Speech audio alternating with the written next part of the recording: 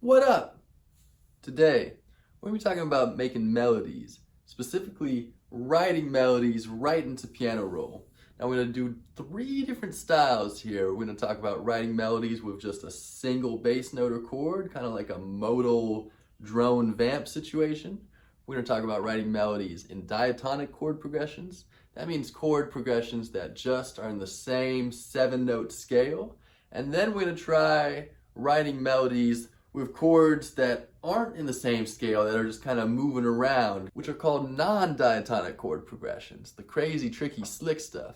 So let's see what happens. Let's see if we can bridge the gap between all 3 of these styles, because I want to show you that no matter what, you're going to be going into this the same, very natural, effortless, gravity-based approach. So let's give it a try, yeah? Let's do it. So I've got in here just a really simple operator. I think it's going to do the trick for today. Let's go ahead and create 1 measure of MIDI clip. So go ahead and do that by hitting Command-Shift-M. Boom, it appears here. And let's go ahead and put in a nice low drone, like a low E. We're going to write in our accompaniment and our melody into the same piano roll, kind of like as if you were playing this on piano, just on a single instrument. And maybe later we'll orchestrate it.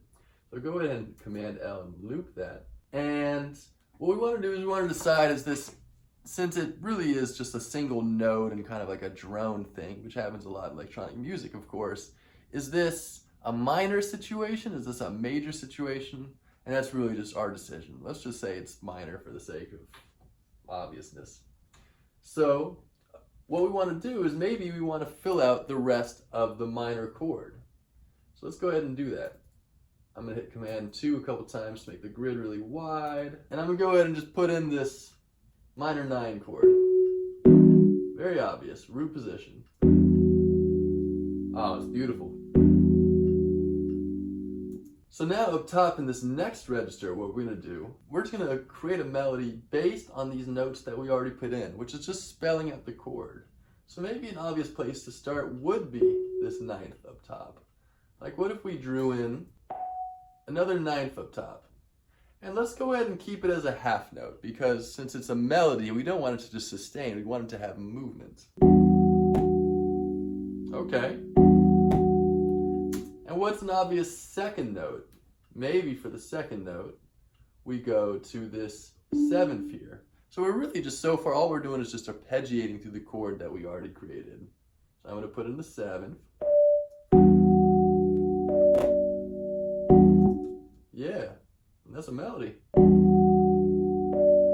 Okay, cool. And let's go down another grid length. What if we hit Command-1, go down to quarter notes, and we introduce notes on beats 2 and beat 4. And once again, we could just be more or less lazy and borrow from the arpeggiated chord. So I'm going to do that, change the length there, and then maybe for this next one, it walks up to the unison right here.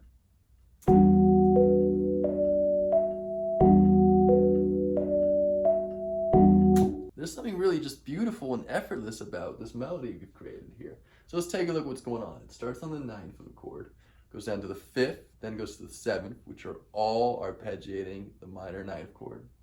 And then it just steps up to the root, and very nicely, with this loop that we've created, walks up to the 9th here. So to analyze a few of the things going on so far, there's outlining of the actual chord tones, so basically just arpeggiation, and then step movement, when you move by just a step, whether it's a half step or a whole step, when you're just moving scalarly up and down. This is something very, very nice and useful in creating melodies. Anytime you have a chance to move in steps. Now to create a bigger melodic arc, we're going to double the length of this. So go ahead and hit duplicate loop.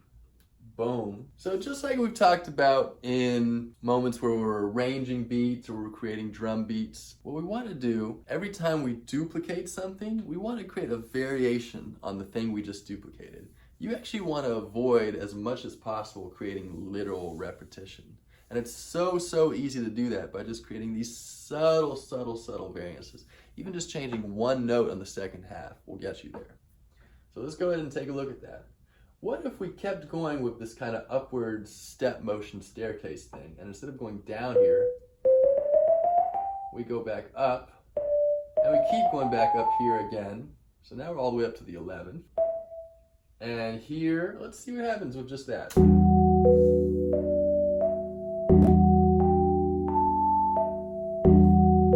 I like where that was going. The last note felt awkward. It really just felt awkward. It felt like, so let's try that. I'm going all the way up to the 5th in just a nice, lovely upward scale. Sometimes the melody is just a scale.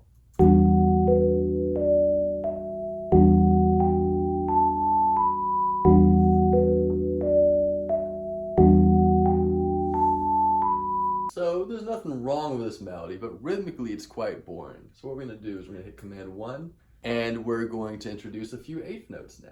I'm just going to pick a spot randomly, maybe up here. We cut this in half, and we introduce an 8th note there.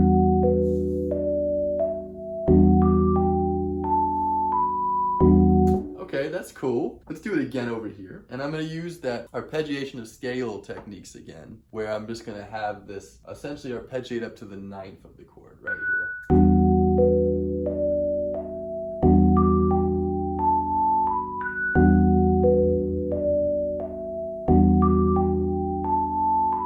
Maybe you're balancing this out with an 8th note towards the beginning of this as well.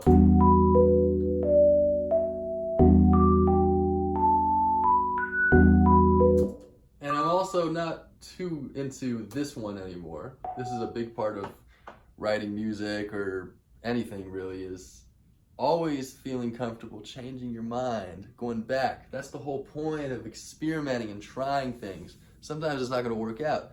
All you got to do is just take one step back and you're back on the trail again. Never forget that.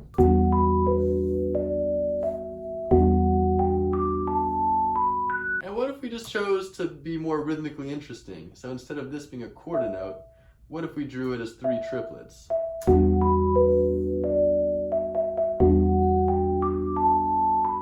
I'm going to do more rhythmic things. I'm going to turn off the triplet grid. I'm going to go to 16ths now. And I'm just going to create a little bit more of a syncopation, this kind of thing here, so that it's a dotted 8th and a dotted 8th.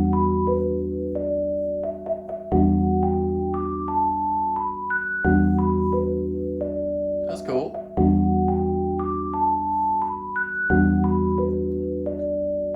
And what if we kept going with that? Let's make this a dotted 8th as well.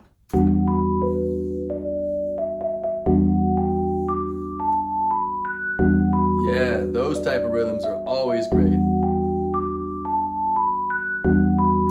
That might remind you of a push video I did some time ago, a 2-parter called Universal Rhythms, where you're using a lot of groupings of 3 16th notes, 2 16th notes. These type of rhythms are super, super effective.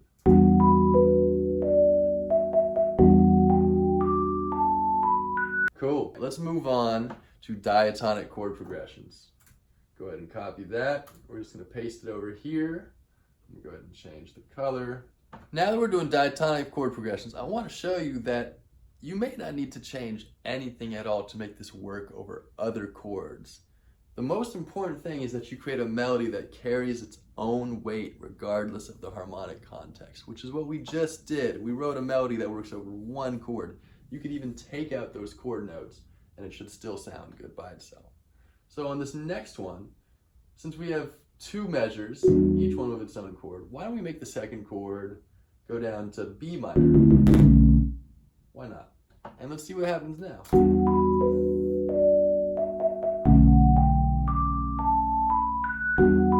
Yeah. Awesome, that's so pretty. Cool, let's go ahead and duplicate that loop. And then up here you extend the clip as well. So we're going to do a 4-chord progression now. We're going to want to do the same approach for this whole second half we created. So we're going to create subtle variations. And I'm also going to make this another chord. Let's try some major chords. So if this went to D major, and we'll make this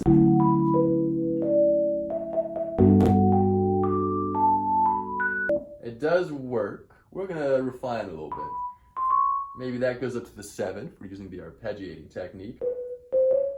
And we'll have that go up to the 7th as well.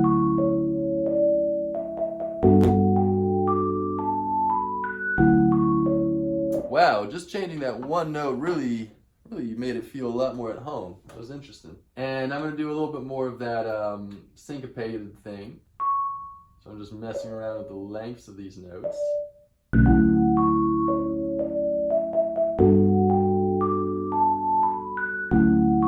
Cool. I'm going to do one more of these cool triplet gestures here. Let's try that.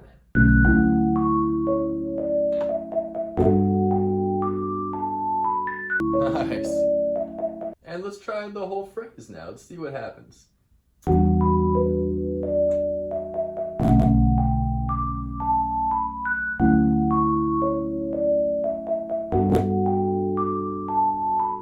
Okay, it's getting there. The second half still feels too similar to the first half.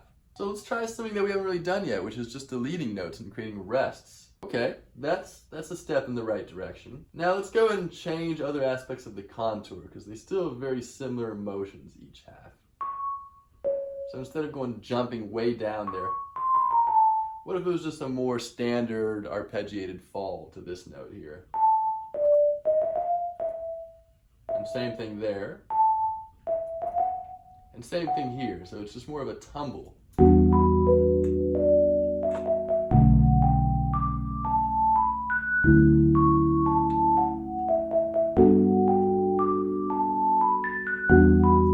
Getting there. This triplet repeated note, we want to change that as well. So maybe we have it, instead of just staying on the same note, move. And then we'll change that note too, so that it arpeggiates from the 7th to the 9th.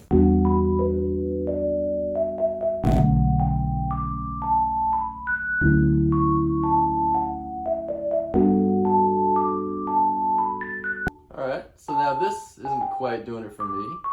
This is asking for more of that scalar stepwise thing, I think. Maybe that will fall back down to create something dramatic. Let's try that.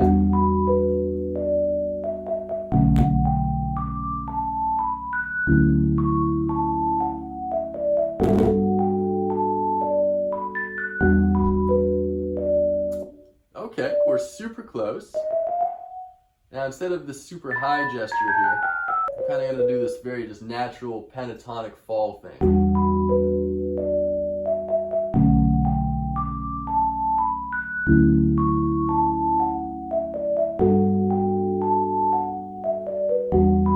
Yeah, I like that. That was nice. Part 3, here we go. We're about to get weird. So here's the experiment we're going to do. I'm going to keep the same melody for now, and we're just going to change what needs to be changed as we change it. And I'm just going to go ahead and mess with these chords a little bit. Like, I'm going to make this one, I'm not even really going to think about it. This is going to become a B flat major 7, and that will be a D flat major 7, and this last one will be a C minor 7. Cool, let's see where we're at. The first measure should work. Okay, and now we're into trouble, but we're just going to fix it very easily. I know that this needs to become an F. That could stay. That could stay. Maybe I'll just move these both down to here. Let's see what we got.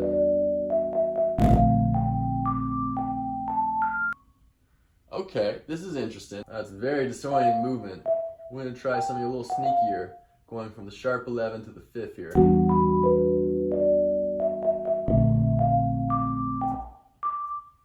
Then up to the 9th. That seems to work better.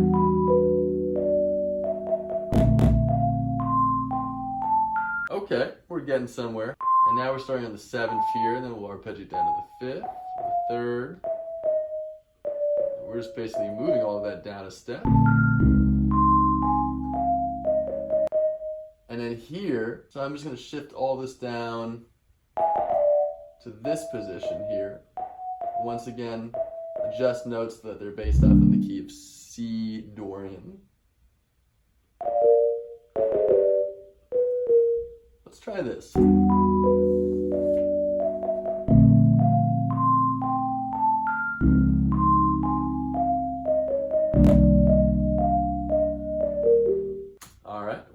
final adjustment for the sake of creating nice.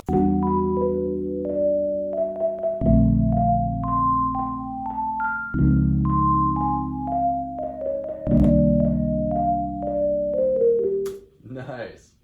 All right, I'm kind of just inspired to make a quick little beat here.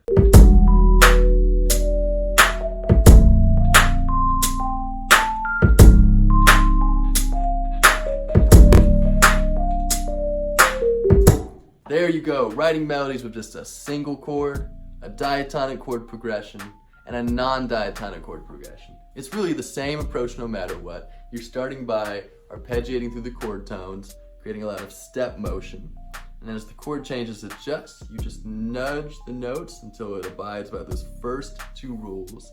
And especially when you get to non-diatonics, you just keep adjusting until everything just tucks in. And most importantly, follow your ear.